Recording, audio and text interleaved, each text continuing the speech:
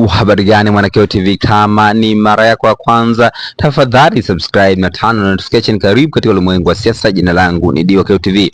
Jeshi la polisi limeingilia kati kutuliza taharuki iliyobuka Kimara Mwisho, wilaya ya Ubungo, mkoani Dar es Salaam jioni, baada ya wananchi wa eneo hilo kupiga mwanaume mmoja aliyedaiwa kupoteza sehemu za siri za mkazi mmoja wa Kimara baada ya kumshika begani.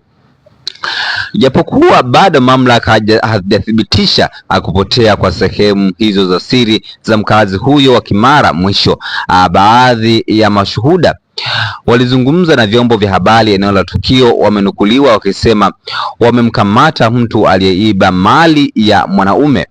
Shuhuda aliyeitwa Kundaeli ambaye ni mkazi wa Kimara Mwisho amesema mtu ambaye amedai sehemu za siri kuyeyuka alikuwa akiendelea na shughuli zake za ufundi wa pikipiki, na ndipo alipojitokeza mtu huyo na kuomba chenji na kumshika begani, kitendo kilichomfanya aanze kutetemeka na kupagawa, akitokwa jasho na kuambia wenzake kuwa uume wake umepotea.